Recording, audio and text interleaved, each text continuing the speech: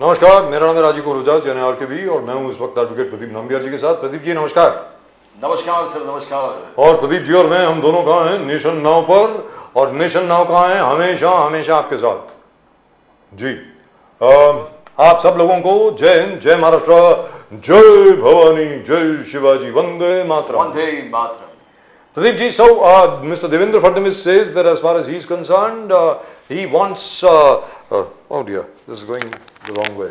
Okay, as far as he is concerned, he wants all the rioters to pay for all the damage that they have caused. Yes, बिल्कुल sir. मतलब जो भी किसी ने damage किया है उसके लिए उनको पैसे देने चाहिए, और वो कहते हैं कि उनकी जो पूरी प्रॉपर्टी है वो जब्त कर ली जाएगी. It will be attached and it will be auctioned by the government. I don't know whether he can do that. Legally, can he do that? I don't know whether he can do that. Can he? तो I think Yogi ji ने वहाँ पर किए हैं, तो I don't think. So there is a precedent for it. There is a right? precedent already. All right. So there's a precedent for it. So there's every possibility that Mr. Devendra In fact, Fadnavis might even Bombay do का it. High court order भी था इस विषय में। हाँ, काफी देर पहले. Yes. हाँ. Whoever destroys public property. हाँ, the money must be recovered from them. Yes, That's yes, right. yes, yes. And as far as Yogi ji is concerned in Uttar Pradesh, Yogi ji का जहाँ तक सवाल है उत्तर प्रदेश में, वो कहते हैं कि जितने लोगों ने क्या है कि आक्रमणकारियों की तारीफ करी है, उनके खिलाफ देशद्रोह का मुकदमा चलाना चाहिए. वेरी वेरी क्लियर कट उन्होंने कहा कि आक्रमणकारियों, इन्वेडर्स का कोई तारीफ नहीं होना चाहिए इस देश में। क्या जरूरत है? आक्रमणकारियों की तारीफ नहीं होनी चाहिए, ऐसा उन्होंने कहा है. और साथ में ये भी कहा कि जो औरंगजेब फैन क्लब है उसके खिलाफ देशद्रोह का कानून लगना चाहिए. Yes, There cannot be any place for an Aurangzeb fan club in the country. I think Fadnavis ji ने वही किए हैं यार, देशद्रोह के केसेस, सेडिशन केसेस डाले सब पे. बट सेडिशन केसेस डाले सर, उस पे देशद्रोह के केसेस डाले हैं, उस पे राइटर्स पे, दंगाइयों पे डाले हैं. बिल्कुल जी. So at the moment with us we have our dear old friend Dr. Sudhir Rone from the Indian National Congress, और हमारे राकेश प्रजापति साहब समाजवादी पार्टी के, इस वक्त लगता है शायद गाड़ी में है. प्रजापति जी नमस्कार. नमस्कार नमस्कार सर, बस 2 मिनट में पहुंच रहा हूँ बस. चलिए आप घर पहुंचिए, तब आपसे बात करेंगे. Not to worry, but at the moment you are with us. Welcome. हम बस पहुंच गया मैं. हम अपने दर्शकों को बता दें कि राकेश प्रजापति जी आप कहाँ हैं सर? इस वक्त लखनऊ में हैं, गोरखपुर में हैं, कहाँ हैं इस वक्त? नहीं, मैं अपने होम टाउन पर हूँ, आवास पर ही पहुंच रहा हूँ बस. आवास. होम टाउन आपका कहाँ है सर? इलाहाबाद में? नहीं, बदायूं में है. क्या बात है सर. Yes sir. So आप भूल गए सर. मैं नहीं सर, माफी, मैंने शकील बदायूनी की बात करी थी सर. माफी, याद है मुझको, याद है. चलिए, तो we will come to you in just a minute.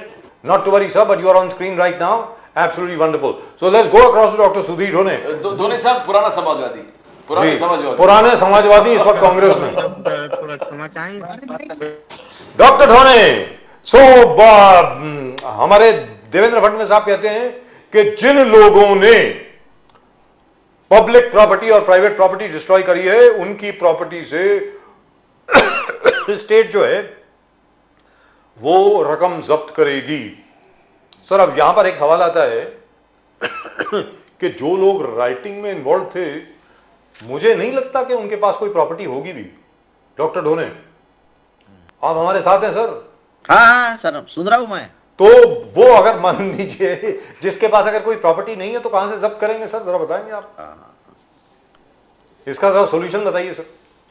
नहीं, ऐसा है कि अभी तो बोलने की बातें रहती है सब, ये ऐसा करेंगे. एक्चुअल में ऐसा रूल होना चाहिए जी. कि जिन्होंने पब्लिक प्रॉपर्टी का नुकसान किया है और वो पकड़े जाने के बाद उनके ही पैसों से उसकी जो भरपाई है वो होनी चाहिए. होना जी, बिल्कुल ये होना चाहिए. अगर देवेंद्र फडणवीस साहब बोल रहे हैं तो पक्का होना चाहिए, उन्होंने करना चाहिए. लेकिन क्या है कि ये नहीं करेंगे, मुझे नहीं लगता है करेंगे. हम तो बोलते करना चाहिए. वो इसलिए नहीं करेंगे कि ऐसी अगर बार बार घटनाएं नहीं होंगी तो उनकी रोजी रोटी कैसे चलेंगी? भाजपा की कैसे चलेंगी? उनकी रोजी रोटी के लिए तो सब चल रहा है, दंगे बिंगे ये वो. हाँ, उनकी रोजी रोटी के लिए चल रहा है दंगे बिंगे. पॉलिटिकल रोजी रोटी है. समझ गया सर. दोनों साहब, मगर आखिरकार सपकाल जी बोल रहे हैं, पहले औरंगजेब जैसे तुलना किया देवेंद्र फडणवीस जी का, अभी कहते हैं कि देवेंद्र फडणवीस जी का रूल तुगलक रूल जैसे, तुगलकी रूल है. तो कौन सा रूल है, तुगलकी, औरंगजेब, या दोनों मिलकर औरंगजेब और तुगलकी दोनों अब चल रहा है? देवेंद्र फडणवीस साहब के दोनों रूल चल रहे हैं, तुगलकी एंड औरंगजेब रूल. तुगलक एक बोलते ना एक एक वो मराठी में कहा, एक बोलता है, एक शब्द है, उन्होंने तुगलकी फरमान निकाला। तो तुगलकी फरमान यानी क्या है कि जिसको कोई आधार नहीं रहता, जो मन में आया वो कर दिया।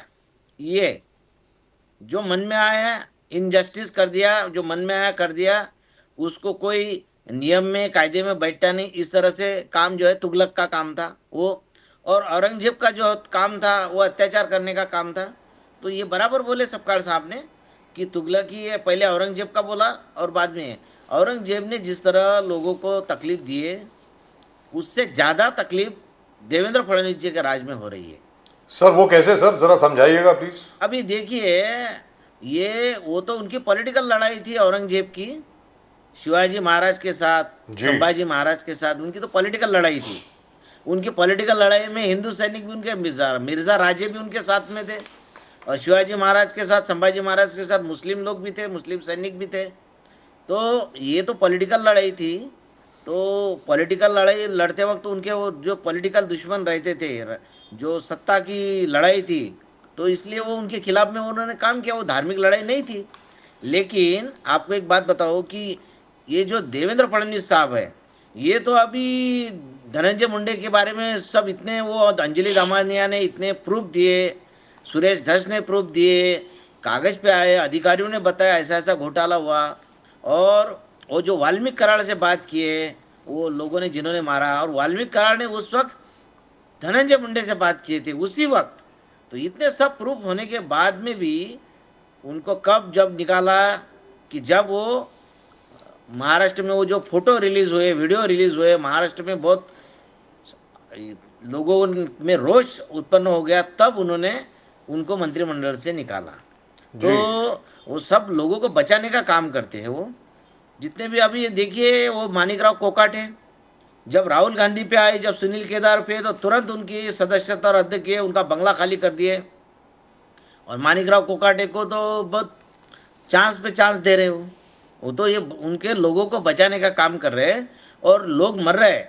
वहाँ पे परभनी में वो सूर्यवंशी जो थे वो मर गए, वहाँ उनकी पुलिस ने हत्या की है। उसके बाद में अपने जो देशमुख है, संतोष देशमुख, उनकी भी हत्या हुई। तो ये इतनी सारी हत्या हो रही, और केंद्रीय मंत्री की लड़की के साथ छेड़खानी हुई। तो ये इतने सारे घटनाएं हो रही, यानी जो गृह मंत्रालय क्या कर रहा है, गृह मंत्रालय का कुछ ही नहीं। कोरटकर शिवाजी महाराज के बारे में बोल के गया, संभाजी महाराज के बारे में बोल के गया, कोरट पर भाग रहा, वो दूसरे देश में गया बोलते। और वो जो दूसरा आदमी है, क्या नाम है उसका, राहुल क्या, राहुल सोलापुरकर जी, राहुल सोलापुरकर और संतोष, अब राहुल सोलापुरकर और ये प्रशांत कोरटकर, इनको सिक्योरिटी दिए, इनके घर के सामने सिक्योरिटी दिए। और वो हमारे आदरणीय सामान्य गवर्नर साहब भरत सिंह कोश्यारी साहब, वो भी तो बहुत बड़े आदमी है सर। तो बहुत लंबी लिस्ट है। देखिए ये जो है ना, इनकी जो आरएसएस की जो विचारधारा है, भारतीय जनता पार्टी की मातृ संस्था आरएसएस, और आरएसएस की जो विचारधारा, जिस काम के लिए उन्होंने आरएसएस की स्थापना की थी वर्चस्व के लिए, तो वो आरएसएस की जो विचारधारा है वो छत्रपति शिवाजी। तो here I would like to stop you one second sir, one second. We will discuss that. I hope when Ali Daruwalla साहब joins us, आरएसएस के ऊपर हम लोग अगर कोई कटाक्ष करें तो मैं चाहूंगा सामने से भी कोई अपनी आर्गुमेंट पेश करे। लेकिन यहां मैं आपसे एक अपनी जानकारी के लिए, दर्शकों की जानकारी के लिए और सबकी जानकारी के लिए मैं एक सवाल बार बार पूछ रहा हूं। यह सवाल बाय द वे मैंने शुरू किया था, अब तो हर एक कोई पूछ रहा है। ये it was started on this show, शायद आप उस शो में थे या नहीं मुझे याद नहीं है। सर 1707 में औरंगजेब की मौत हुई, 3 मार्च 1707। ये मकबरा उसके बाद बना, उसकी कब्र वहां तब से खुलदाबाद में, औरंगाबाद डिस्ट्रिक्ट, नाउ छत्रपति संभाजी नगर है। सर 1707 से लेकर तकरीबन 180 साल तक, अपने 140 साल तक मराठों का राज रहा, अटक से लेकर कटक तक। तो मराठा साम्राज्य ने इस कब्र को तोड़ा क्यों नहीं? ये कब्र तोड़ देते, कोई पूछने वाला भी नहीं था। अगर ऐसी ही कोई दुश्मनी थी, जैसा कि आज बताया जा रहा है, हिंदू मुस्लिम की लड़ाई थी, जो भी था, तो ये औरंगजेब की जो कब्र है, इसको अगर नष्ट भ्रष्ट कर देते उस वक्त, तो कौन पूछने वाला था? तो क्यों नहीं करी? अब आप बताएं। उन्होंने कब्र को नष्ट नहीं किया, उन्होंने मुगल साम्राज्य को नष्ट कर दिया। यह फर्क है। अब आप बोले सर। नहीं देखिए, ऐसा है कि औरंगजेब का जो है 49 साल 49 साल तक इस देश पे राज रहा। जी 49 साल तक।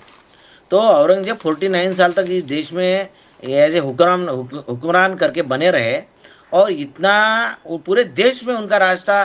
दिल्ली में था, आगरा में था, पूरे हिंदुस्तान में था। और जब आप दिल्ली में जाते हैं लाल किला देखते हैं, आगरा में जाते हैं लाल किला देखते हैं, ताजमहल देखते हैं, उसके बाद में आपको पता चलता है कि ये जो है ये औरंगजेब की क्या कहाँ तक ये थी सत्ता, पूरे हिंदुस्तान में सत्ता थी।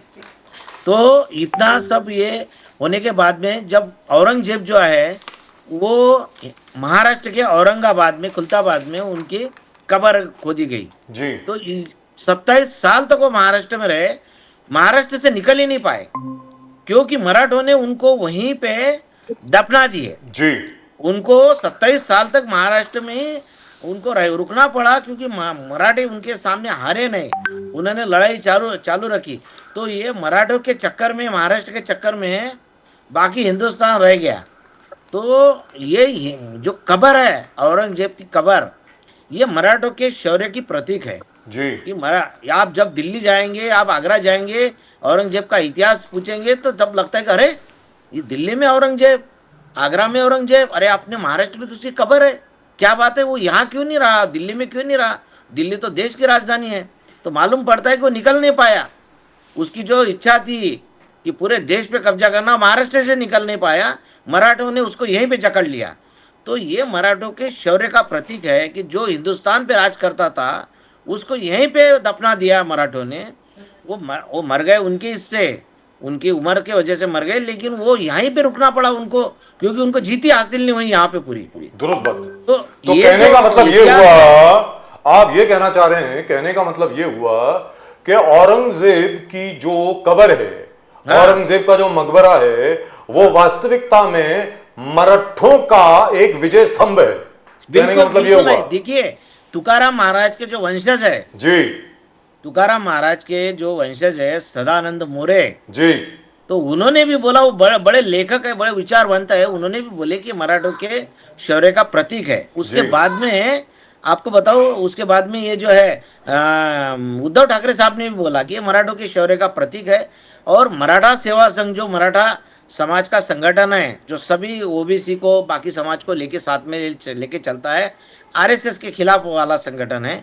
तो ये संगठन ने कई साल पहले बोला था कि हम ना अफजल खान की कब्र को हाथ लगाने देंगे, ना औरंगजेब की। अफजल खान की कब्र को तो शिवाजी महाराज ने ही बनाया था जी, और वो उन जिजा माता ने बताया था कि उनके धर्म के हिसाब से उनको दफनाया जाए, और उसी कब्र पे उनके जो वंशज है, उदयन राजे जैसे लोग जो उनके इसके पहले भी, तो उन्होंने दिया बत्ती करने का, बरसी पे दिया बत्ती करने का काम करते थे। तो ये लड़ाई थी कि जिजा माता ने बोला अपनी लड़ाई थी, ये लड़ाई पॉलिटिकल लड़ाई थी, धार्मिक लड़ाई नहीं थी। तो अपन जीत गए, उनको अपन ने मार दिया। अब मरने के बाद सब शत्रुता खत्म हो जाती है, तो उनके धर्म के हिसाब से आप उनको दफनाओ। दोनों साहब, मगर देवेंद्र फडणवीस जी क्लियर कट है, सेडिशन देशद्रोह का केस डालना चाहिए। और वहां योगी आदित्यनाथ ने पहले ऐलान कर दिया, इन्वेडर्स जो इन्वेड करते हैं इस देश को, एग्रेसर्स है, एग्रेसर्स का तारीफ करने वाले के ऊपर सब पे देशद्रोह का केस होना चाहिए, सेडिशन का केसेस होना चाहिए, इसमें कोई कॉम्प्रोमाइज नहीं। और वही देवेंद्र फडणवीस जी ने यहां पर किया।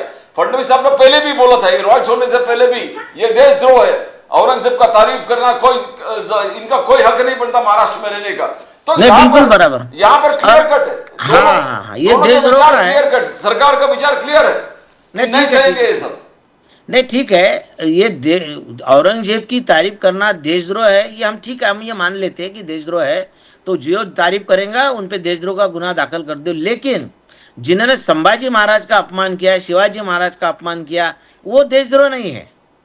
औरंगजेब की तारीफ करना देशद्रोह है, लेकिन संभाजी महाराज का और शिवाजी महाराज का अपमान करना, उनको गालियां देना, उनके खिलाफ गलत टिप्पणी करना, उन पे गलत आरोप करना, उनका चरित्रहनन करना, ये देशद्रोह नहीं होता है, ये नहीं देशद्रोह। बट कोरटकर का पासपोर्ट सरेंडर हो गया दोनों साहब। हाँ, कोरटकर का पासपोर्ट सरेंडर किया कोल्हापुर के पुलिस स्टेशन में। नहीं वो ठीक है, वो पासपोर्ट सरेंडर किया होगा, लेकिन उस पर कार्रवाई क्या कर रहे हैं? क्या कार्रवाई कर रहे हैं? एफआईआर रजिस्टर किया फडणवीस साहब ने कहा कि आप रजिस्टर्ड, और कोरटकर जैसे चिल्लर बोला है, चिल्लर आदमी है। नहीं, चिल्लर कहाँ है? अरे वो देवेंद्र फडणवीस जी के घर में कितने बार जाके बैठे, उनकी छोटी लड़की उनकी मिसेस को लेके जाते, 4 फोटो है उनके अलग अलग वक्त पे, 4 फोटो बार बार जाते, सबके साथ बैठे, पुलिस अधीक्षक, एसपी वगैरह, महासंचालक, सबके साथ तो बैठे, मोहन भागवत जी के साथ बैठे, वो अपने अमित शाह को हाथ मिलाते, उनके साथ बैठे। ऐसा कोई बड़ा नेता नहीं है कि जिनके साथ उनकी फोटो नहीं है। और फोटो भी कैसी है, एकदम रिलैक्स में बात कर रहे हैं, बैठे हुए हैं, जैसे जैसे 2 बड़े नेता मिलते हैं उस तरह से उनके फोटो है। तो चिल्लर का है कि वो अगर चिल्लर है तो फिर क्यों ऐसे इतना उनके बोलने, अभी क्यों नहीं उनको पकड़ा गया? Right, let's go across to Prajapati साहब। प्रजापति साहब इस वक्त हमारे साथ है बदायूं से। मैं एक बार फिर माफी चाहता हूं कि मैंने उनसे पूछा आप कहाँ इस वक्त कहाँ पर हैं। मेरा सवाल वैसे ये था इस वक्त कहाँ से हैं, मेरा सवाल ये नहीं था कि आप कहाँ से हैं। आप बदायूं से हैं, शकील बदायूं उन्हीं के शहर से हैं माशाल्लाह।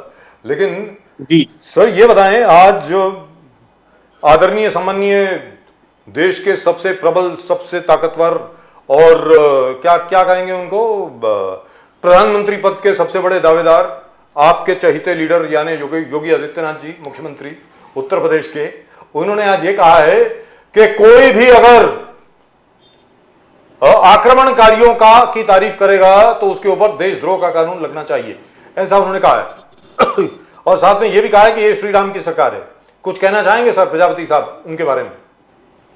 जी बिल्कुल, अगर ये लोग राम जी को मानने वाले हैं जी, और राम जी के आदर्श पर चलने वाले लोग हैं, तो पूरे मानते हैं औरंगजेब आक्रांता था, लेकिन अगर इस पूरे ब्रह्मांड में सबसे ज्यादा क्रूर राजा के रूप में कोई माना जाता है तो रावण माना जाता है।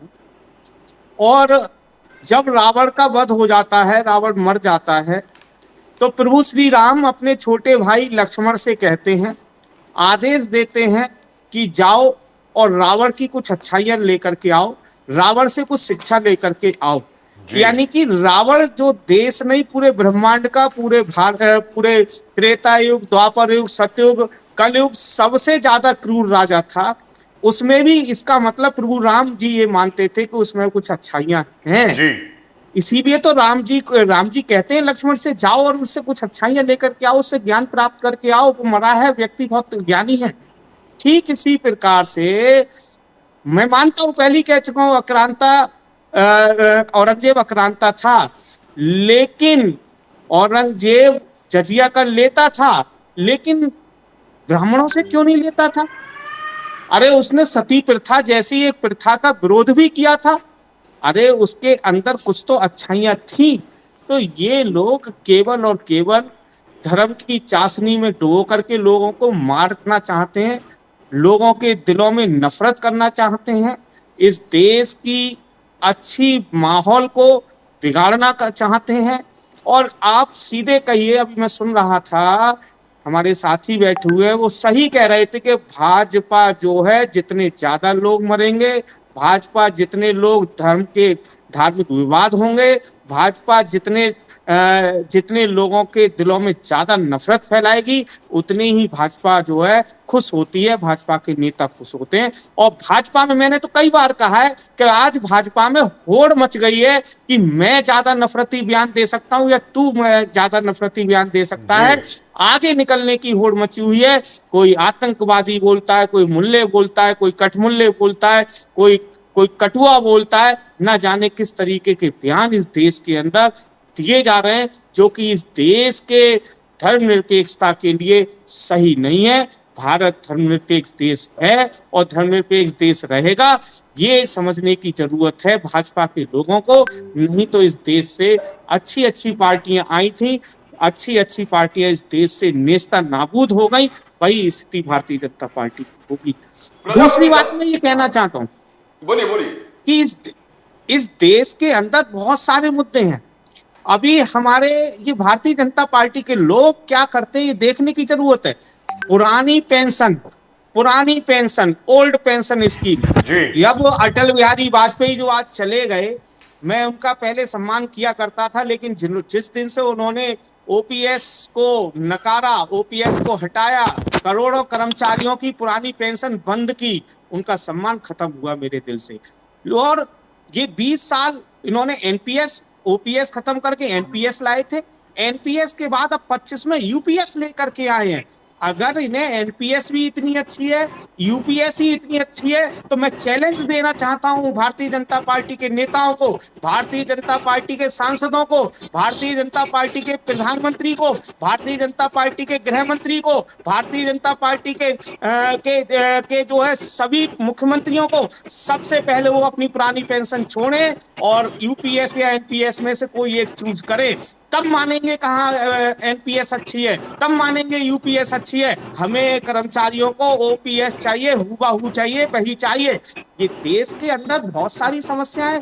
उत्तर प्रदेश में लॉ एंड ऑर्डर की बात करते हैं माननीय मुख्यमंत्री जी, मुख्यमंत्री के नाक के नीचे, मुख्यमंत्री के नाक के नीचे बनारस से बेरोजगार महिला प्रजापति समाज की थी, मेरे आशा प्रजापति, वो बनारस से इंटरव्यू दे करके लखनऊ वापस आती है अपने भाई के घर पर।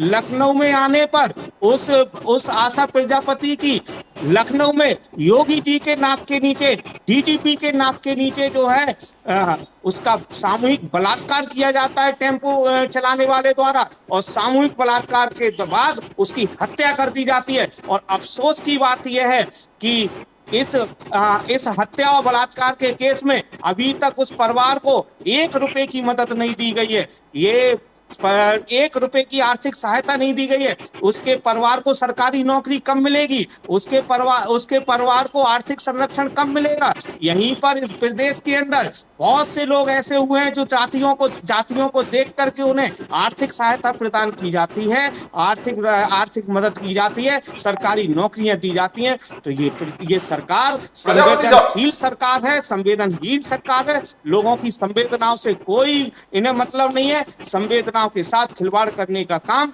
भारतीय जनता पार्टी की सरकार और भारतीय जनता पार्टी के लोग करते हैं। प्रजापति साहब, 8 साल योगी जी का 8 साल कहते कि 8 साल बेमिसाल, 8 साल बेमिसाल है। 75 डिस्ट्रिक्ट्स में 3 दिन का मेला लगा, 3 दिन का मेला लगा उत्साह में कि 8 साल बेमिसाल था। उनका कहना है कि पहले रॉयड राज था, दंगल, हर जिले में दंगल होता था, सब जगह दंगल होता था। आज हमने दंगल को चेंज करके सब जगह सेलिब्रेशन हो रहा है, सब जगह उत्साह, सब जगह मेला लगा हुआ। यह वातावरण हमने किया 8 साल में, दंगल से मेला, सब जगह खुशी खुशी है। इस स्टेटमेंट को कैसे देखो, 8 साल बेमिसाल? प्रजापति साहब, अपने मुंह से बड़ाई करने में कोई नहीं जा रहा है। मैं कहने लगूं, मुझसे कोई नहीं कह सकता कि आप बड़ाई क्यों कर रहे हो, क्योंकि अपने मुंह पर लगाम नहीं लगाई जा सकती। ऐसे ही हमारे योगी जी हैं, कुछ भी कह सकते हैं। लेकिन मैं पूछना चाहता हूं, इन 8 सालों में कोई एक एक्सप्रेस वे बनवाया हो इन्होंने नया? इन 8 सालों में कितने मेडिकल कॉलेज बनवाए? इन 8 सालों में कौन सा ऊर्जा का नया प्लांट बनाया? इन 8 सालों में किस मेडिकल कॉलेज का उच्चीकरण किया? इन 8 सालों में कौन सा एम्स बनवाया? इन 8 सालों में कौन से 2 डिस्ट्रिक्टों को 4 लेन के द्वारा जोड़ा गया? क्योंकि माननीय अखिलेश यादव जी थे तो हर जिले को उन्होंने 4 लेन से जोड़ने का काम किया था। आगरा एक्सप्रेस वे बनवाने का काम, लखनऊ आगरा एक्सप्रेस वे बनवाने का काम किया था। महिलाओं को, बच्चों को लैपटॉप देने का काम किया था। कन्या विद्याधन के लिए 30,000 रुपए मिलते थे, बच्चों को साइकिल मिलती थी, बच्चों को लैपटॉप मिलता था। और किसान सम्मान, किसानों के लिए नलकूप फ्री था। ना जाने समाजवादी की कितनी योजनाएं थी जो आम पब्लिक को सीधे फायदा पहुंचाती थी। इनकी कोई एक उत्तर प्रदेश के अंदर योजना नहीं है। केवल एक योजना है कि भिखारी बनाओ, 5 किलो राशन पर लोगों को। इस देश को ये विकास नहीं करना चाहते, इस देश को विनाश करने की ओर ले जाना चाहते हैं। क्योंकि ये सब लोग जानते हैं कि अगर किसी के घर को बर्बाद करना है तो लोगों को फ्री की रेवड़ियां बांटना शुरू कर दो। अनाज दे करके लोगों को भुखमरी पर और खड़ा करना चाहते हैं। किसी भी विकास से कोई मतलब नहीं है। ये बताएं कि ये सब तो ठीक है, ये तो मानते हैं अखिलेश जी ने लैपटॉप दिए, अखिलेश जी ने पढ़ाई के ऊपर बहुत ज्यादा उन्होंने फोकस किया, लोगों का ध्यान केंद्रित किया उसके ऊपर वगैरह वगैरह। लेकिन योगी जी के 8 साल में जहां तक मैं जानता हूं, आप जरा उसका सुधार कर दें, जो टेम्पररी टीचर्स थे जिन बेचारों को सैलरीज तक नहीं मिल रही थी, उनकी समस्या जहां तक मैं जानता हूं, हो सकता है कि मैं गलत बोल रहा हूं, कि अभी तक सॉल्व नहीं हुई है, जहां तक मैं जानता हूं, जो टीचर्स थे। उसके अलावा सरकारी मुलाजिम जो थे, बहुत ऐसे थे जो टेम्पररी रखे गए थे, वो भी अभी तक पक्के नहीं हुए हैं। उसके अलावा जो एंट्रेंस एग्जाम्स थे 18 के 20 बार वो शायद कैंसिल हुए हैं, जहां तक मैं जानता हूं। उसके बावजूद लोग फिर भी योगी जी को वोट क्यों दे रहे हैं सर? प्रजापति साहब बताएं प्लीज। जी जी, आपने बड़े अच्छे प्रश्न किए। इस प्रदेश में 1,42,000 शिक्षा मित्र हैं। जी उन 1,42,000 शिक्षा मित्रों की नौकरियों पर अगर डाका डला, अगर परेशानी आई तो भाजपा के शासन में आई, और उनमें लगभग 15,000 लोग या तो आत्मदाह कर चुके हैं या किसी कारण से मर चुके हैं, हार्ट अटैक से या अन्य डिजीज से। इस देश में रोजगार सेवक को मानदेय के रूप में रखा गया है मात्र 6,000 रुपए के। इस देश में करोड़ों संविदा कर्मचारी हैं, रसोइया हैं और अनुदेशक हैं और जो है शिक्षा प्रेरक हैं, पंचायत सहायक हैं। पूरे प्रदेश से नौकरी के नाम पर पूरी तरीके से इन्होंने व्यापीकरण और निजीकरण करने का कार्य किया है। जी। और जो आपने प्रश्न किया वो बिल्कुल ठीक है। पता नहीं, मैं तो पूछना चाहता हूँ, मैं खुद आहत होता हूँ, जो आपने क्या बोल प्रश्न रहे थे किया है आप? उसी कुछ बोल पर रहे थे? आता हूँ। मैं खुद आहत होता हूँ कि लोग पता नहीं कुछ इन्हें बोल रहे थे? नहीं। किस नजरिए से वोट दे रहे हैं लोगों के लिए, लोगों के लिए। आज देखिए, मैंने पहले ही कहा ना कि ये लोग केवल लोगों के दिलों में नफरत भरने का काम करते हैं, और लोग आज नहीं समझ रहे हैं, लोग धीरे धीरे समझेंगे, लेकिन जब तक समझेंगे तब तक कहीं देर ना हो जाए। ये थोड़ा सोचने का जी, का दुरुस्त विषय बात है, है। which is very strange। Vote तो मिल ही रहा है, इसलिए ये आ रहे हैं, ये तो मानना पड़ेगा, वोट तो जी, मिल ही रहा वोट मिल रहा है। है। लेकिन देने वाले लोग 2024 में, मैं आपको बताना चाहता हूं, 2024 में माननीय राष्ट्रीय अध्यक्ष जी ने पीडीए का कॉन्सेप्ट लाए थे। पीडीए की बात की थी, पिछड़ा दलित अगड़ा आदिवासी अल्पसंख्यक आदि आबादी की बात की थी, और 2024 में 43 सीटें उत्तर प्रदेश के अंदर समाजवादी पार्टी और कांग्रेस ने एक साथ जीतने का काम किया, और यही कार्य पीडीए पर 2027 में होने जा रहा है, और इनका सुपड़ा साफ उत्तर प्रदेश के अंदर हो जाएगा। Right, so let me go across to doctor Dhone. Doctor Dhone साहब, जो अभी अभी प्रजापति साहब ने बताया, उत्तर प्रदेश में for example, I know for a fact कि वहां पे ना जाने कितने लोग अभी तक टेम्पररी टीचर्स हैं सर, उनको तनख्वाह नहीं मिली है ना जाने कितने सालों से। वो बेचारे पहले लखनऊ में बैठे थे, फिर उनके ऊपर लाठीचार्ज हुआ, उनको अरेस्ट कर दिया, सबको घर भगा दिया गया। उसके अलावा there are lots and lots of temporary government employees who have not been made permanent, they are in a bad state. Now I want to know what is this miracle that the BJP keeps on winning.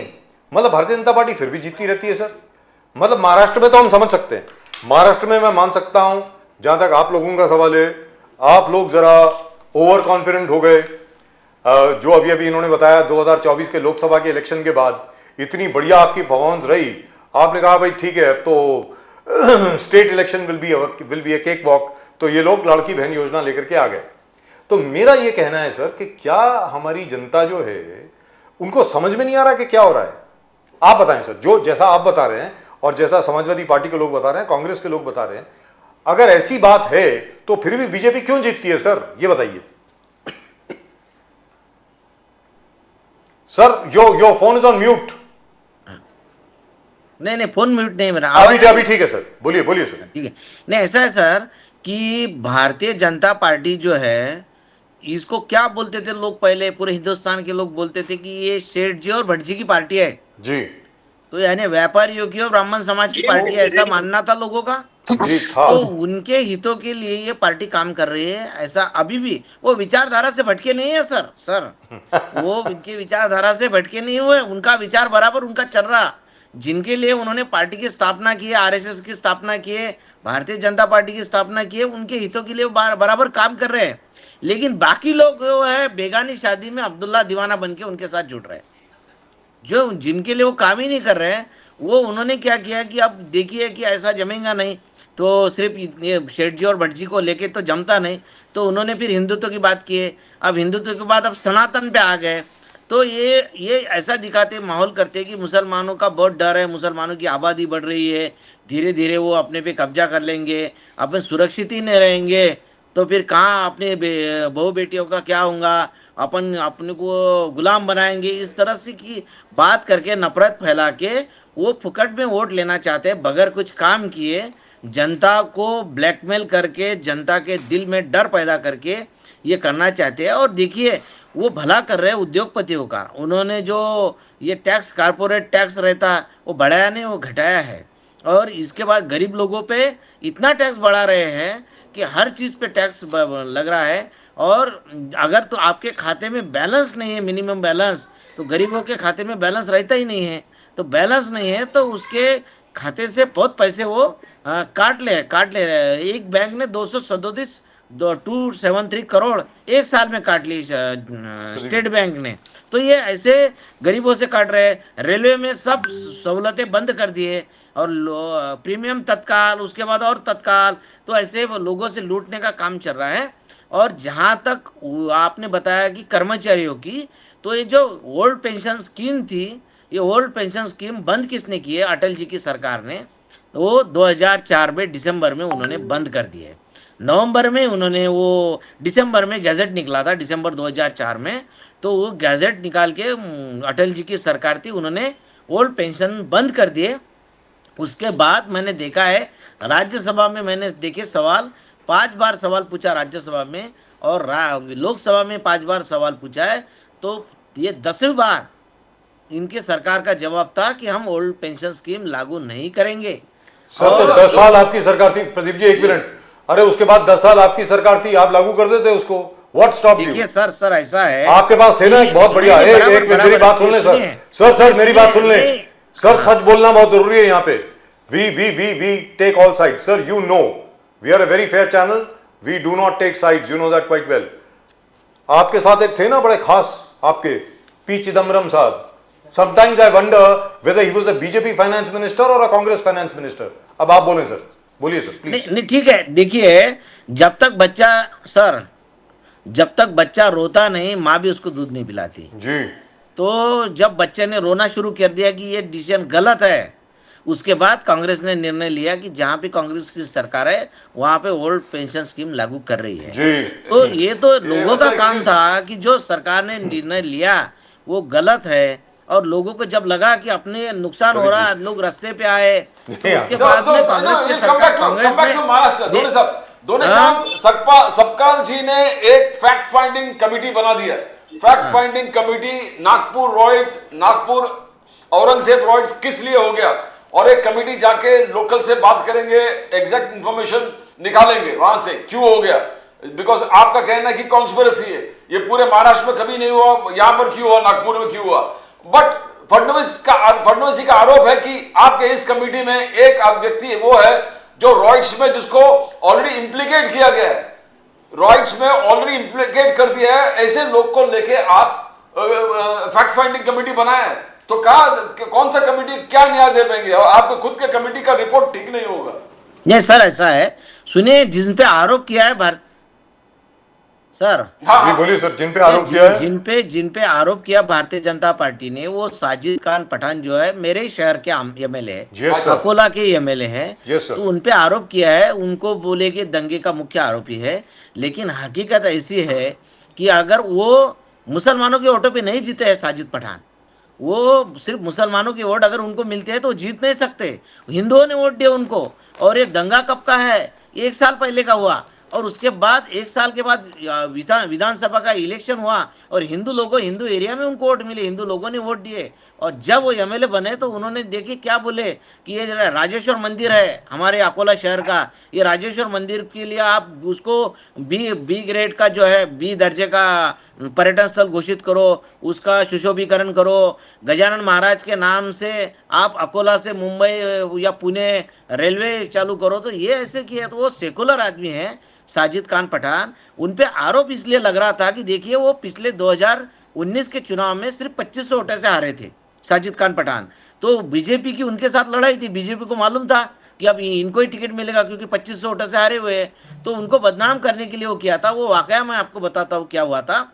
जब ये माहौल हुआ था कि किसी ने Facebook पे WhatsApp group पे पैगंबर साहब के बारे में कुछ लिखा, तो कुछ मुसलमान बच्चे जो है वो एक साथ जमा हो गए और वो निकल रहे थे। तो पुलिस ने कुछ वकीलों को फ़ोन किया, कुछ नेताओं को फ़ोन किया, तो उन्होंने बोले कि आप आइए और आप ज़रा लोगों को समझाइए।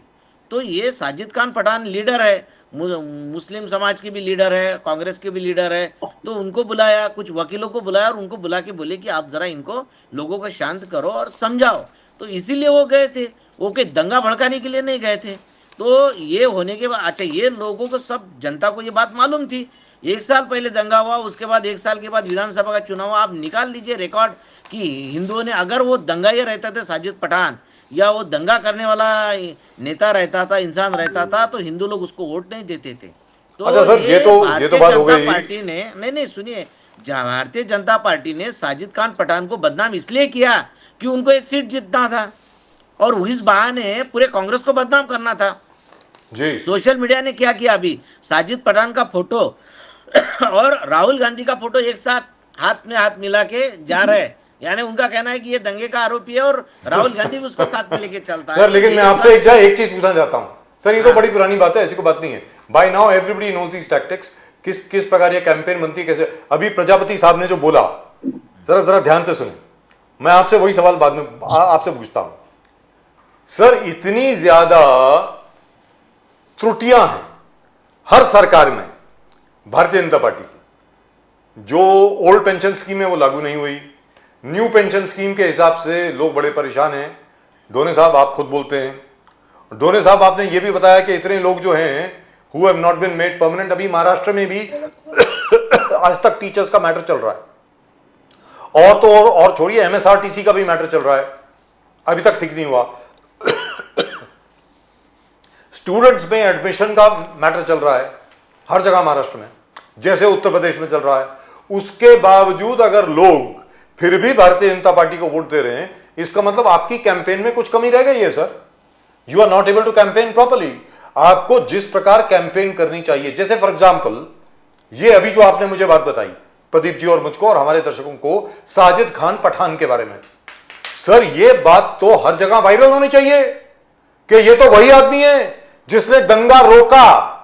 आप यही बोल रहे हैं ना, इसने दंगा रोका और इसके खिलाफ आप इसको आरोपी बना रहे हैं। ये बात तो हर जगह फैलनी चाहिए ना सर।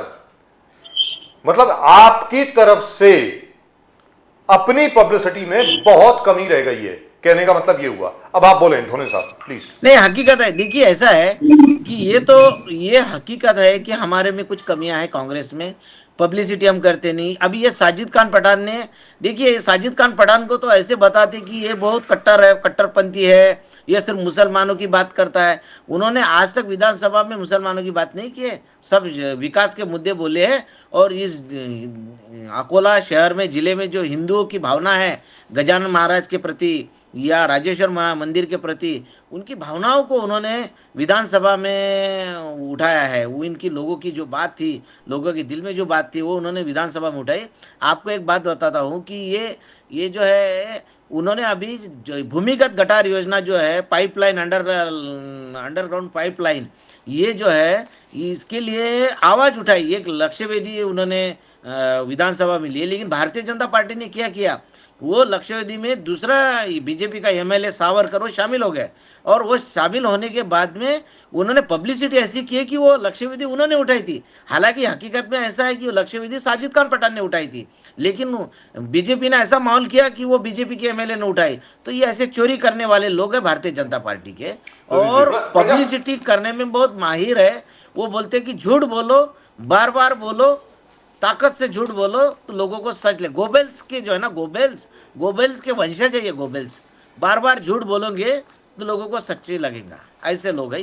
प्रजापति जी, योगी आदित्यनाथ जी कह रहे विकास भी विरासत भी, अयोध्या डेवलप हो गया, काशी हो गया, मथुरा हो जाएगा। उसने कहा कि देखो डेवलपमेंट में कोई कसर, टूरिज्म सेंटर, लाखों लोग, महाकुंभ, करोड़ों लोग, 67 करोड़ के आसपास महाकुंभ में आए, रोज अयोध्या में उतने आ रहे हैं, काशी देखने के लिए उतने आ रहे हैं, अब मथुरा में होगा। और विकास भी अडानी के डिफेंस एंड एरोस्पेस कानपुर में भव्य डिफेंस और एरोस्पेस का एक जबरदस्त उन्होंने इंडस्ट्री खोला है वहां पर। और आगे जाके वो कह रहे हैं कि पीएम मित्र जो पार्क है उसमें 700 करोड़ का एमओयू कल साइन कर दिया है। तो विकास भी विरासत भी, कमी कहां पर है प्रजापति साहब? देखिए राजीव जी, जी ये केवल और केवल एमओयू साइन कराते हैं। पहले भी इन्होंने लाखों करोड़ रुपए के एमओयू साइन कराए थे, लेकिन कहीं कोई भी विकास उत्तर प्रदेश के अंदर कहीं नजर नहीं आ रहा। ये जब 2017 में पहली बार आए थे तो माननीय योगी आदित्यनाथ जी और उस समय के पीडब्ल्यूडी मिनिस्टर जो केशव प्रसाद मौर्य हैं, उन्होंने कहा था कि 3 महीने के अंदर इस प्रदेश को गड्ढा मुक्त कर देंगे। मैं चैलेंज के साथ कह रहा हूं फिर से भारतीय जनता पार्टी के नेताओं को, पूरे प्रदेश में एक रोड बता दें जो गड्ढा मुक्त हुआ हो, पूरे प्रदेश में एक रोड बता दें। लॉ एंड ऑर्डर की स्थिति क्या है मैं थोड़ी देर पहले बता चुका हूं। ऐसा कोई दिन नहीं जाता, ऐसा कोई दिन नहीं जाता जिस दिन उत्तर प्रदेश के अंदर बलात्कार और हत्या नहीं होती।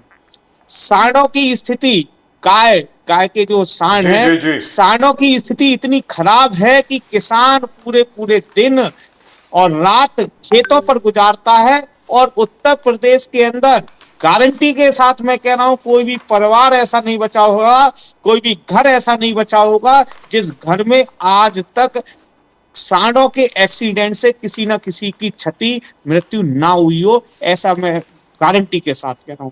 रोजाना उत्तर प्रदेश के अंदर सांड आ जाते हैं। योगी जी जब घूमने के लिए निकलते हैं तो उनके काफिले में सांड घुस जाता है और क्या होता है ये सब प्रदेश के लोग देख रहे हैं। केवल कह देने से, हवाई फायर कर देने से नहीं हो रहा, धरातल पर कोई कार्य नहीं हो रहा।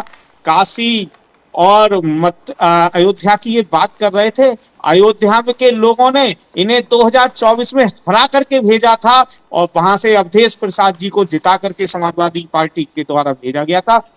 और काशी की बात करते हैं, ये बनारस की बात करते हैं, काशी में ये माननीय प्रधानमंत्री जी 9-10 राउंड तक पीछे चल रहे थे, पूरा देश देख रहा था, पूरा इंटरनेशनल मीडिया देख रहा था। ये किरकिरी ना हो जाए इसलिए किस तरीके से जिताया गया है बनारस से, ये पूरा देश देख रहा है। अरे ये क्या, इस देश में धर्म के अलावा कभी शिक्षा पर कोई बात नहीं होती, रोजगार पर बात नहीं होती, स्वास्थ्य पर कोई बात नहीं होती, इंफ्रास्ट्रक्चर पर कोई बात नहीं होती, नौकरी पर कोई बात नहीं होती। आखिर ये पेट्रोल पंप को 35 रुपए बेचने वाले थे, क्यों नहीं बिक रहा?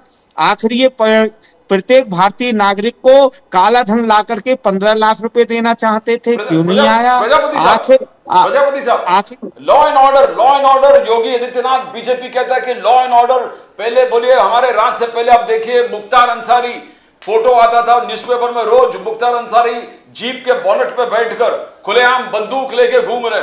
ये मुख्तार अंसारी ऐसे खबर चलता था कि जेल के अंदर डीएम के साथ बैडमिंटन खेल रहे हैं। आज कोई भी डॉन अपना फोटो छापने से डरता है इसलिए है कि उनका कभी भी कुछ भी हो सकता है, चाहे वो एनकाउंटर हो कोई भी हो। तो लॉ एंड ऑर्डर काबू में रखा है, बीजेपी का कहना है, वहां के लोगों का कुछ कहना है। तो हकीकत क्या है? क्या आजकल डॉन डरे हुए हैं? डॉन पहले जैसे मुलायम सिंह जी के और अखिलेश यादव जी के वक्त पर जिस प्रकार से खुलेआम घूमते थे, आज छुप छुप के काम कर रहे हैं। क्या कहोगे प्रजापति साहब? राजीव जी, ये केवल और केवल जाति, धर्म और मजहब देख करके काम करने वाले लोग हैं।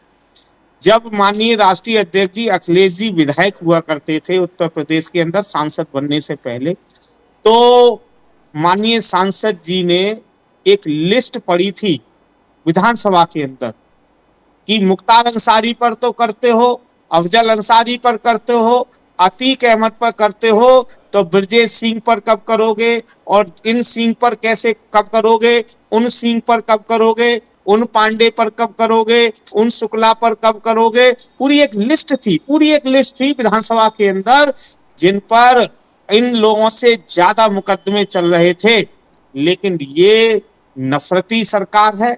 ये जाति धर्म और मजहब को देख करके पीडीए के लोगों को सता करके कार्य करने वाली सरकार है। इस प्रदेश के अंदर सर, मैं आपको फिर रोकना कहना चाहूंगा एक चाहता हूं, सेकंड के लिए। एक सेकंड प्रजापति साहब। 10-20 सेकंड और लूंगा सर। इस जी, बोलिए। प्रदेश के अंदर जिस समाज से मैं आता हूं, प्रजापति समाज से, उस समाज के 146 लोगों की हत्याएं हो चुकी हैं। उत्तर प्रदेश के अंदर प्रजापति समाज के 146 लोगों की हत्याएं हो चुकी हैं।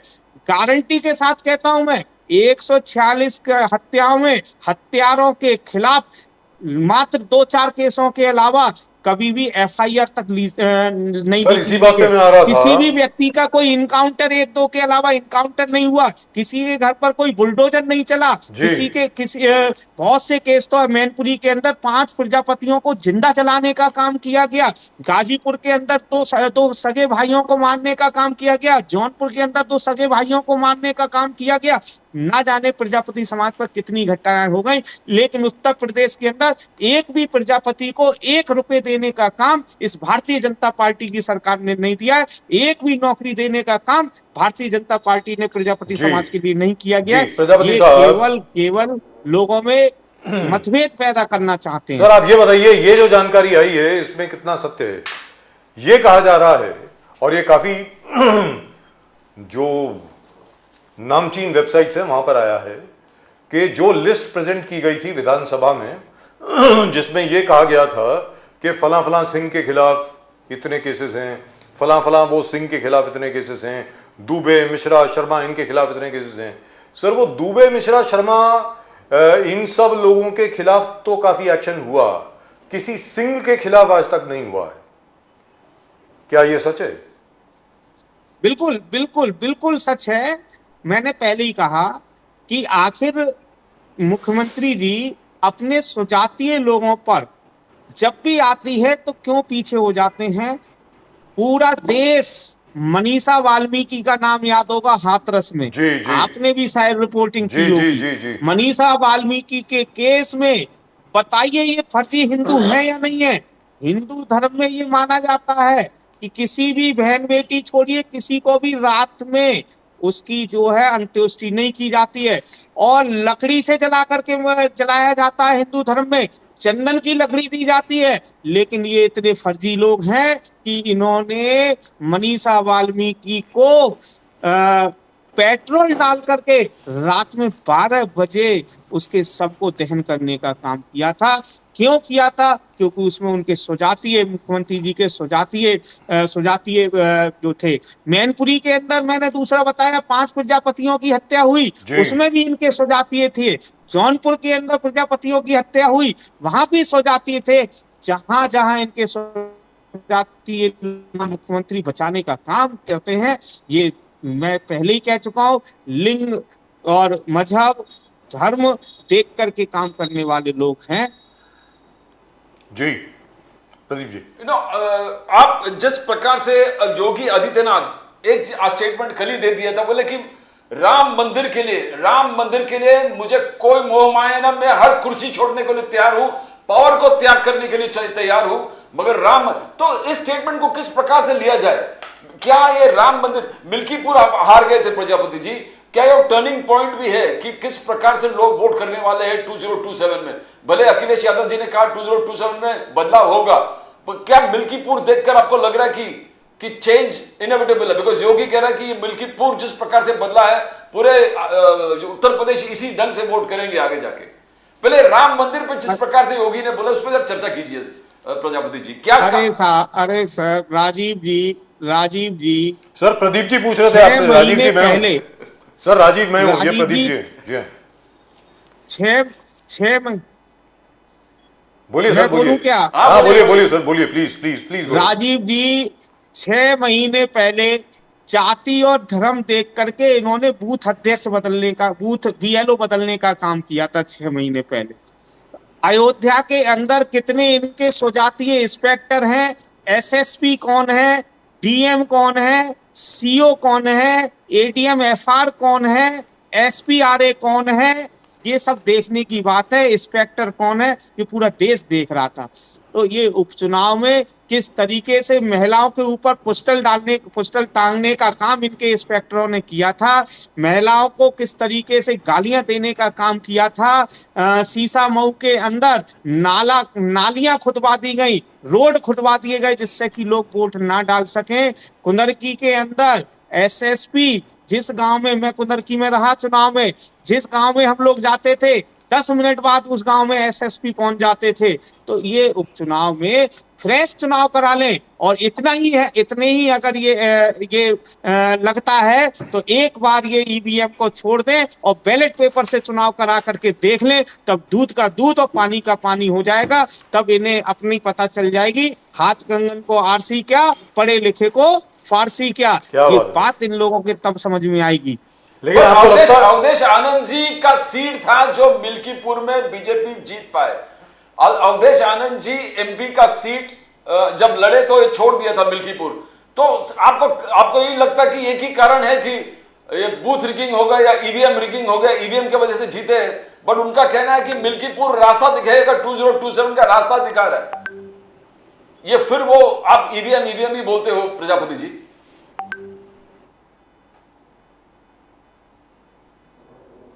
प्रजापति जी देखिए 2027 में हाँ। मैं स्पष्ट करना चाहता हूं, जिस प्रकार के उपचुनाव जो होते हैं वो हमेशा सत्ताधारी दल के रहते हैं। ये हर प्रदेश में होता है, ये उत्तर प्रदेश अलग से नहीं है, सारे प्रदेशों की यही स्थिति रहती है कि उपचुनाव हमेशा सत्ताधारी दल के होते हैं। चाहे उसके लिए लोगों की भी भावनाएं ये होती हैं, लोग भी इसलिए वोट कर देते हैं कि चलिए विकास हो जाएगा, उनको लॉलीपॉप देने का काम किया जाता है, मंत्री बनाने का कह दिया जाता है कि जीत जाएंगे तो मंत्री बन जाएंगे। तो लोग इसलिए भावनाओं में बह जाते हैं कि चलिए ठीक है।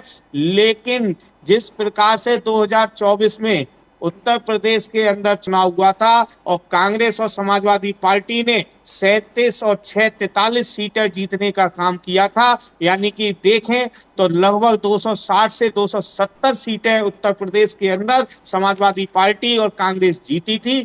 ठीक उसी प्रकार से 2027 में चुनाव होने जा रहा है और माननीय राष्ट्रीय अध्यक्ष जी बिल्कुल स्पष्ट कर चुके हैं, पीडीए के ही नारे पर वो आगे बढ़ेंगे और पीडीए के अंतर्गत पिछड़ों, शोषितों, दलितों, अति पिछड़े और मोस्ट बैकवर्ड क्लास की जो जातियां हैं उन जातियों को प्रतिनिधित्व देने का कार्य माननीय राष्ट्रीय अध्यक्ष जी द्वारा किया जा रहा है और किया जाएगा। और निश्चित रूप से 2027 ये जो आपने बात कही है सरकार बन रही है, ये बिल्कुल दुरुस्त है, मानते हैं, इसमें कोई आर्ग्यूमेंट नहीं हो सकती।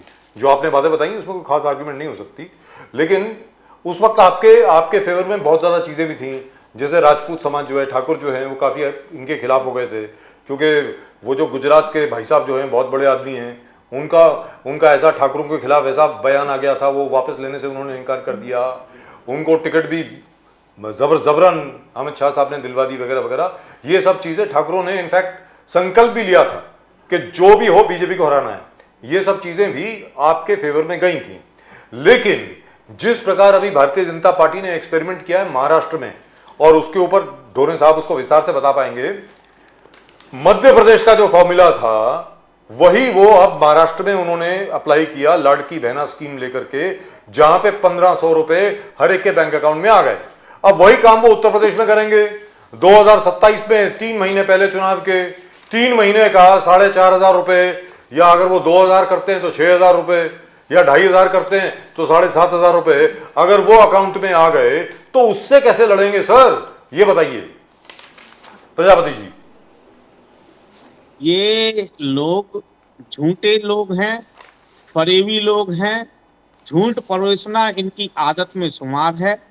दिल्ली में इन्होंने ये कहा था कि पहली ही कैबिनेट में, और ये बात किसी छोटे मोटे नेता ने नहीं कही थी, ये बात देश के यशस्वी प्रधानमंत्री ने कही थी कि दिल्ली की जब पहली कैबिनेट होगी उसी कैबिनेट में महिलाओं को 2500 रुपये देने का बिल मंजूर हो जाएगा।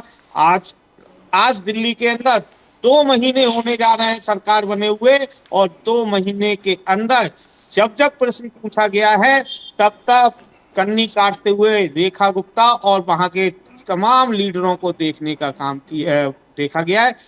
लोग समझ चुके हैं कि ये लोग कुछ देने वाले नहीं हैं, ये लोग केवल हम लोगों की भावनाओं के साथ खेलने का काम करेंगे, ये लोग केवल हमें फरेब करने का काम करेंगे, ये लोग केवल वही अमित शाह बाद में कह देते हैं ना, अमित शाह ने कह दिया था 15 लाख के बयान पर कि चुनाव में झूठे वादे किए जाते हैं, ये लोग केवल झूठे वादे करने का काम करेंगे। आम पब्लिक, आम जनता, आम लोग इस बात को समझ चुके हैं। आम लोग, उत्तर प्रदेश की जनता दिल्ली वाली जनता नहीं है, उत्तर प्रदेश की जनता निश्चित, ये वही दिल्ली है ना, दिल्ली में इनके साथ के साथ एमपी जीते थे, लेकिन वहां पर आम आदमी पार्टी की सरकार चल रही थी। उत्तर प्रदेश और इस बार जो है आम आदमी पार्टी और कांग्रेस, वहां पर दोनों लोग थे लेकिन नहीं जीते। लेकिन उत्तर प्रदेश के अंदर 43 सीटें 2024 में जीतने का काम किया था। तो उत्तर प्रदेश की जनता पीडीए को समझ चुकी है। उत्तर प्रदेश की जनता lateral entry, NFS, collegium system और ईडब्ल्यूएस के नाम पर जो घोटाले किए जा रहे हैं इस भारतीय जनता पार्टी के द्वारा, वो भी उत्तर प्रदेश की जनता लगातार देख रही है।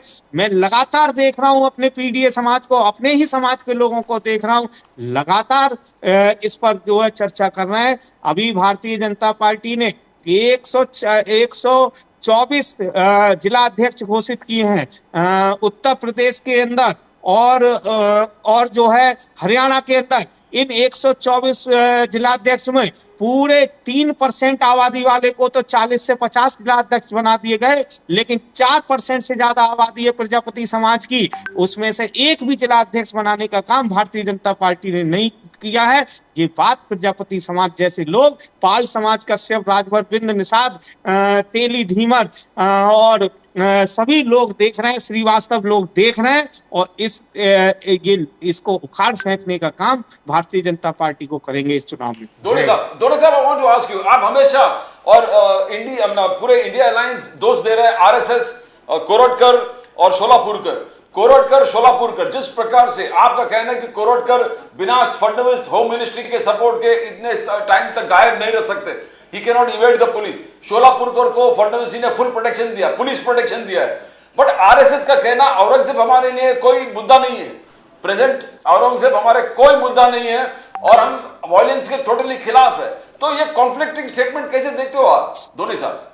नहीं, ऐसा है कि अभी जो नरेंद्र मोदी जी ने जो कट्टरपंथी दिखाई दी गोधरा हत्याकांड के बाद, जो दंगे हुए, उसके बाद मोदी जी जो है देश यानी पूरे देश में हिंदुत्ववादी नेता बन गए दंगे कराने के बाद।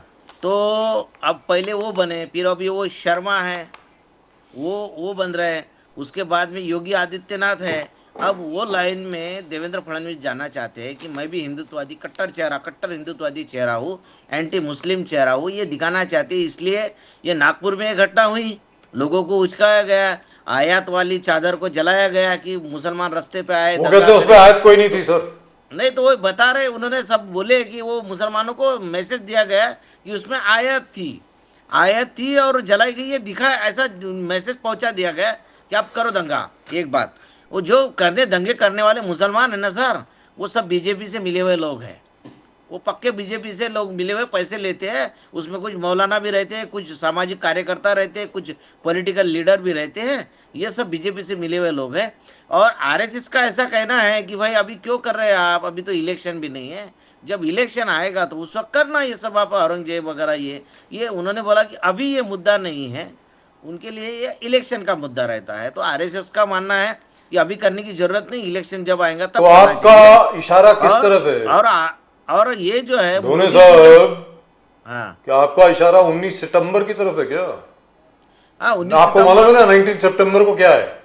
हाँ ना, ये शायद ये इनका 100 साल पूरे हो रहे हैं। नो सर, 19 सितंबर को नरेंद्र मोदी जी का बर्थडे है।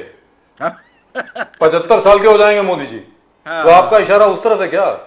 नहीं, वही है कि हमारे यहाँ के जो नेता है, मेरे फेवरेट नेता जो है, मेरे बड़े अच्छे मित्र हैं, कि उनका भी नाम आए एज एन ऑल्टरनेटिव? मतलब अभी तो योगी जी का ही नाम चल रहा है ना, और तो किसी का नहीं, ऐसा नहीं होने वाला है। देखिए, ऐसा होगा नहीं, क्योंकि जब वो बोलेंगे भारतीय जनता पार्टी में, आज ही आपको बता रहा हूँ, भारतीय जनता पार्टी ठहराव लेंगी, रिजोल्यूशन पारित करेगी कि पूरे देश की कि जनता इनकी- की भावना है इनके कि लिए मोदी exception। जी प्रधानमंत्री बने रहे, तो देश की जनता के लिए हम आदेश देते हैं सच्चाई प्रधानमंत्री कह रहे हैं, मोदी जी बिल्कुल। को कि आप इस देश के प्रधानमंत्री बने रहिए। 100 ये साल बोला की उम्र आपके तक। लिए नहीं है, तो ये टिल करेंगे फॉर वो। 100 years।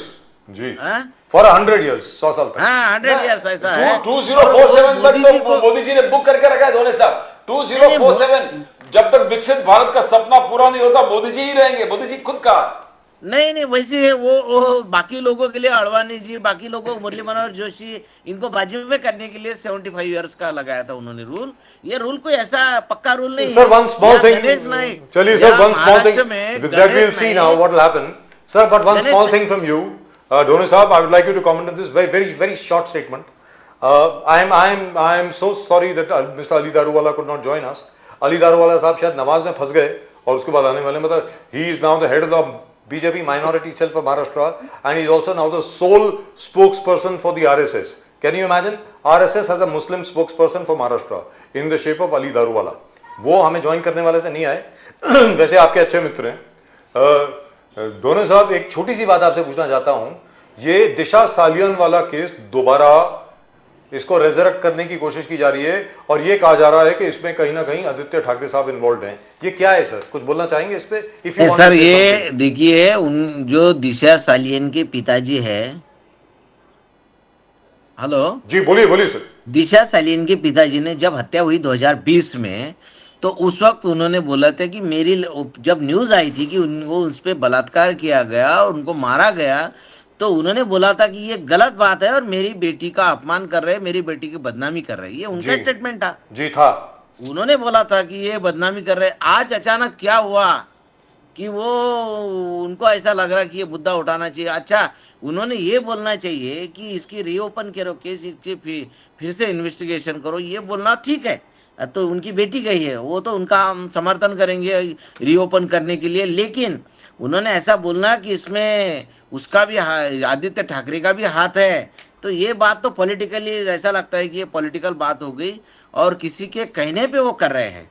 यही बात है, उन पे शायद प्रेशर होगा कि आप ऐसा बोलो, ऐसा बोलो। अब ये सब गुंडागर्दी करने का काम तो भारतीय जनता पार्टी के पास कर रहे हैं। Right. उनके पास सब मनी पावर, मसल पावर इतना है कि आम आदमी उनके सामने टिक नहीं पाता। तो शायद मुझे लगता है कि उन पे प्रेशर डाल रहा है कोई तो भी। राइट, थैंक यू क्या- gentlemen। एक मिनट में जी बोलिए केशव, बोलिए। प्रजापति साहब अभी केशव प्रसाद मौर्य साहब ने कहा था कि अबू आजमी जी ने जो स्टेटमेंट दिया औरंगजेब के बारे में, वो अखिलेश यादव जी के कंसेंट से दिया। यानी अखिलेश यादव जी ने हाँ बोलिए, आप स्टेटमेंट दीजिए, और इसलिए दे दिया है। ये नहीं केशव सर, प्रसाद सर मैं बोलूंगा उस बात पे। हाँ। सर एक बात मैं बोलूंगा। प्रजापति जी, एक जरा 2 मिनट देखिए। जो बोल रहे हैं कि अखिलेश यादव जी का कंसेंट है, तो अखिलेश यादव जी को कहा, वो तो तुरंत बोला। पत्रकार ने पूछा था उनको, अबू आसिम साहब को, कि भाई आप क्या मानते हैं औरंगजेब को, कैसा इतिहास कैसा मानेगा कि कैसा राजा था? उन्होंने बोला अच्छा एडमिनिस्ट्रेटर था। तो इनके 2 मिनट के अंदर उन्होंने फोन भी कर दिया अखिलेश यादव को, और अखिलेश यादव ने बोला भी कि ऐसा ऐसा बोलो। सब गलत बातें, वो स्पॉन्टेनियस बात है, स्पॉन्टेनियस हो गया था। उसके बाद उन्होंने बोला कि भाई मेरी बोलने की वजह से अगर किसको दुख पहुंचाया तो मैं मेरे शब्द वापस लेता हूँ। उन्होंने वो भी बोला है। अखिलेश यादव क्यों बोलेंगे? वो तो स्पॉन्टेनियस बात थी, पत्रकारों ने बोले थे। पत्रकार भी सर ऐसे आप जैसे लोग छोड़ के पत्रकार भी बीजेपी माइंडेड बन गए। पत्रकार भी है, गोदी मीडिया बने हुए हैं। बीजेपी से पहले बीजेपी के जो चैनल है बीजेपी ने खरीद लिए। मोदी जी को हटा क्यों नहीं सकते? क्योंकि मोदी जी ने पूरे चैनल खरीद लिए। अदानी अंबानी ये तो उनके दोस्त है, और अदानी तो उनके बिजनेस पार्टनर ही है। सब लोगों को पता है कि उन पे जब भी कुछ होता है तो बचाने का काम राइट, सो करते लेट्स हैं। गेट प्रजापति साहब। चलिए। प्रजापति साहब कुछ कमेंट करना चाहोगे इसमें? केशव जी प्रसाद जी जी मौर्य। जी, नहीं, मैं बिल्कुल सही कह रहे हैं हमारे कांग्रेस के प्रवक्ता साथी। एक्चुअली आज भारत की मीडिया 144वें नंबर पर पहुंच गई है पूरे विश्व की मीडिया। ये चीज स्वीकार नहीं करते भारत के बड़े चैनल वाले कि क्यों पहुंची, आखिर क्या कारण है 144 में पहुंचने का। और आज ग्रॉक आया हुआ है। ग्रॉक शायद आप लोग तो जी, जी, नहीं जी। अनुभवी सब लोग जी देख लिया होगा कि किस तरीके से भारत की मीडिया को दिखा रहे हैं। मैं बहुत अदब के साथ आपका सम्मान करते हुए कहना चाहता हूं कि आप लोग ऐसे हैं कि अगर हम 5 मिनट लगातार बोले या 10 मिनट भी लगातार बोले तब भी शायद हम लोगों को आप मना नहीं करते। लेकिन कुछ मीडिया ऐसी है भारत की कि हम अगर बोलना शुरू करें तो 10-15 सेकंड भी नहीं बोल पाते और तुरंत ही बीच सर, में कभी इंटरप्ट करना कभी शुरू वक्त कर मिले देते तो हैं। ग्रॉक पे, ये सर कभी वक्त ये मिले तो ग्रॉक पे द आरकेबी शो टाइप कीजिएगा, आपको बहुत मजा आएगा पढ़ के। जिस शो पर आप अभी जी। हैं, नेशन नाउ टाइप कीजिएगा या द आरकेबी शो टाइप कीजिएगा, आपको हमारी असलियत सामने आ जाएगी आपके, जरूर देखिएगा। जी। जी नहीं, देखिए मैं सिर्फ इतना कहना चाहता हूँ, भारत मीडिया चौथा स्तंभ माना जाता जी। है और मीडिया का काम है सच का आईना दिखाना।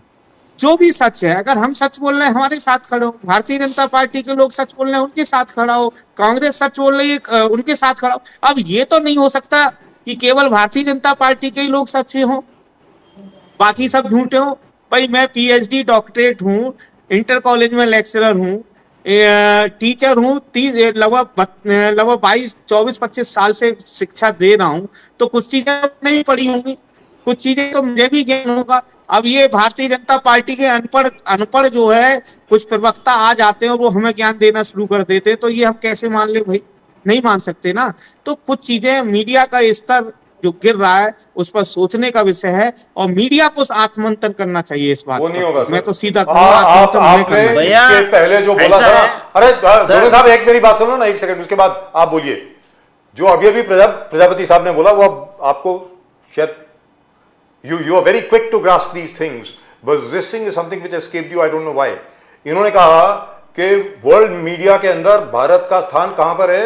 144। 144। तो सर मीडिया के ऊपर सेक्शन 144 लग गया है, कहने का मतलब ये हुआ जो पुराना अपना सेक्शन 144 था ना वो लग गया है मीडिया के ऊपर। अब आप बोले डोने साहब प्लीज। नहीं, ऐसा है सर, अभी तो आप मजाक से तो ऐसा बोलते हैं, आप अच्छा कोई बोलते पत्रकार है तो बोलते हाँ किस पार्टी के पत्रकार है, तो बोलते पत्रकार है किस चैनल के है, किस पेपर के है, नहीं अच्छा किस पार्टी के पत्रकार है, तो ऐसा बटा है। कुछ पत्रकार तो ऐसे आगे लिखते हैं प्रेस गाड़ी पे और बीजेपी का झंडा भी रहता है, तो पूरे जी। चैनल सर खरीद लिए उन्होंने, पूरे चैनल खरीद लिए, कोई बोलता नहीं। आपको एक बात बताऊं, एक बड़ा मीडिया ग्रुप है महाराष्ट्र में, उनके मालक ने बोल दिया था कि राहुल गांधी की जो भारत जोड़ो यात्रा है नहीं दिखाना है और उसके बारे में कुछ ज़्यादा छापना भी नहीं है जी। और दिखाना भी नहीं है। हमको जी। बोले, हमने बोले उनको, जी जी जी। हमने उनके मालक को फ़ोन किया था